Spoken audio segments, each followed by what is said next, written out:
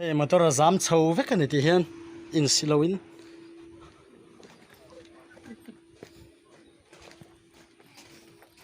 khai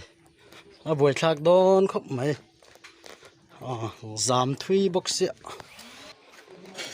hei he ta thena la ya anin ro chho boka khai aba buai thlak ve o alaya anin no chho sia a buai thlak zo vek ani hi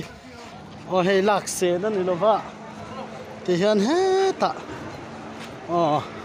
in line thui khom mai khi ta alamani ti hian an ron chua hei hi va in kolosi pathil thleng ani